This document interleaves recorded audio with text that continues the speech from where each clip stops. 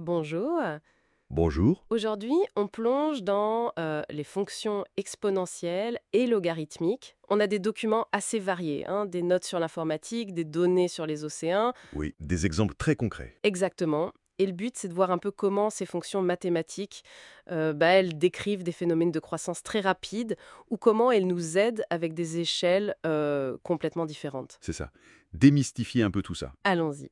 Alors, pour commencer, j'ai ces notes sur la loi de Moore. Ah, la fameuse loi de Moore. Oui, Gordon Moore, le cofondateur d'Intel, il avait prédit dès 1965 que le nombre de transistors sur une puce, ça doublerait tous les 2 ans environ. Une prédiction assez visionnaire pour l'époque. Carrément. Et les notes montrent bien cette explosion de la capacité mémoire. On est passé des kilooctets aux mégas puis aux gigas. Il y a un exemple frappant, la mémoire standard 4 gigas en 2010 et app 64 gigas en 2022. Hmm. Comment les maths, elles expliquent une telle accélération? Ça paraît presque magique. C'est l'exemple type vraiment de la croissance exponentielle. On la modélise avec une fonction f de x égale qx. QX. Oui, où q c'est une constante, mais attention, plus grande que 1. D'accord. Et ici, ce q, il est à peu près égal à 2. Ça reflète bien le doublement dont vous parliez. Ah oui, le doublement périodique. C'est ça. Et la courbe de cette fonction, elle monte de plus en plus vite. C'est ça qui est clé. Ça illustre parfaitement l'accélération qu'on voit dans les capacités des ordis. Comme le passage de 128 kg à 256 kg pour le premier Mac en 2 ans, c'est ça? Exactement.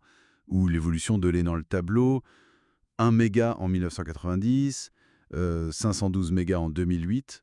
On voit très très bien cette tendance. Si fascinant, cette base qui capture la vitesse. Bon, mais alors, un autre document pose une autre question. Comment on fait pour gérer des nombres ou des échelles qui sont gigantesques? Mhm.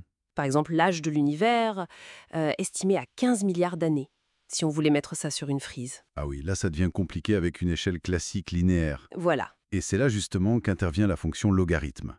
Surtout le logarithme décimal, qu'on note log de x. Log de x, d'accord. C'est la fonction, comment dire, réciproque de l'exponentielle de base 10, donc de f de x égale 10x. En gros, elle défait ce que fait l'autre. Elle défait. Oui. Son utilité principale, c'est de compresser les grandes échelles, de les rendre manipulables. Compressé. Comment ça marche? Sur une échelle logarithmique, des intervalles qui sont égaux, ça ne représente pas des additions égales, mais des multiplications par 10.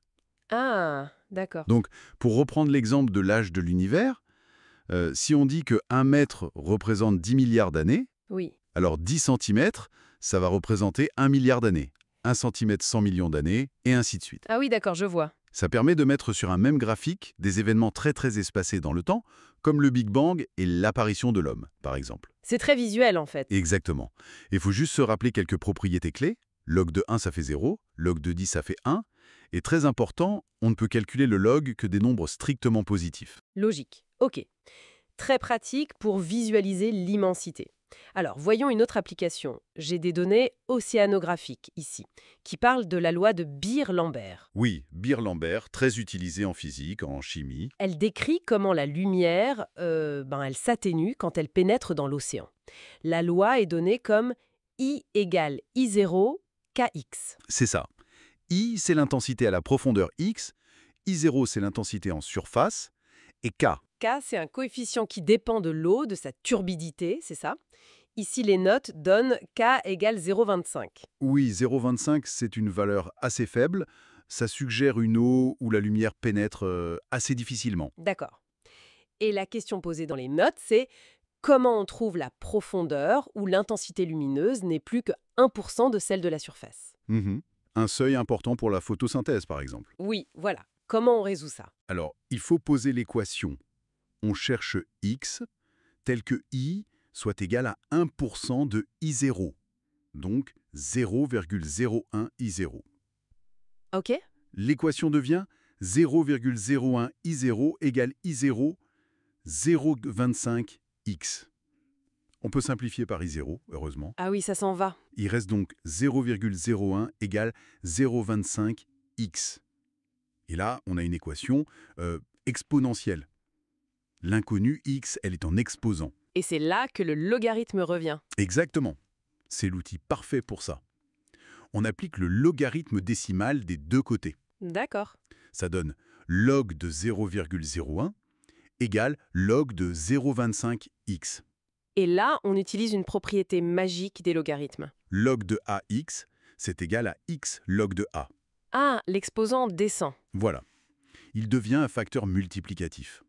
Donc, on a log de 0,01 égale x log de 0,25. Et après, il suffit de calculer. C'est ça, on isole x. X égale log de 0,01, log de 0,25.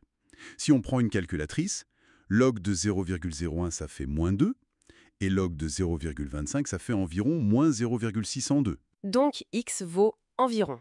X vaut environ 3,32 mètres. C'est la profondeur cherchée. Le logarithme nous a permis d'isoler cet exposant x. Incroyable. Et ça correspond aux mesures dans les tables apparemment. C'est fou de voir le même outil mathématique, le log, nous aider à la fois pour l'échelle du cosmos et pour une profondeur dans l'océan. C'est la beauté des maths, ça traverse les domaines. Donc, si on résume un peu notre exploration à travers ces documents, les fonctions exponentielles, elles sont parfaites pour comprendre ces croissances qui s'emballent, comme l'informatique avec Moore. Tout à fait, la croissance explosive. Et les fonctions logarithmiques, elles, ce sont des outils précieux pour saisir des échelles gigantesques, comme le temps cosmique. Ou pour résoudre des problèmes très concrets, comme l'atténuation de la lumière dans l'eau avec Beer-Lambert. Exactement. C'est bien ça.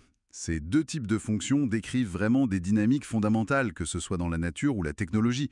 Elles nous montrent comment les choses changent, grandissent ou diminuent, mais à différentes échelles. C'est une belle synthèse. Et pour peut-être ouvrir une dernière réflexion, on a vu que l'exponentielle, f de x égale qx avec q grand 1, ça modélise la croissance. Mais que se passerait-il si la base q était comprise entre 0 et 1? Ah, Q entre 0 et 1. Oui. Quel phénomène peut-être, même lié aux exemples qu'on a vus, pourrait être décrit par ce type de fonction qui représenterait alors non pas une croissance, mais une décroissance? Une décroissance exponentielle. Intéressant. On pense à l'atténuation, justement, ou peut-être à la désintégration radioactive, des choses comme ça. Exactement, ça ouvre d'autres portes. Matière à réflexion.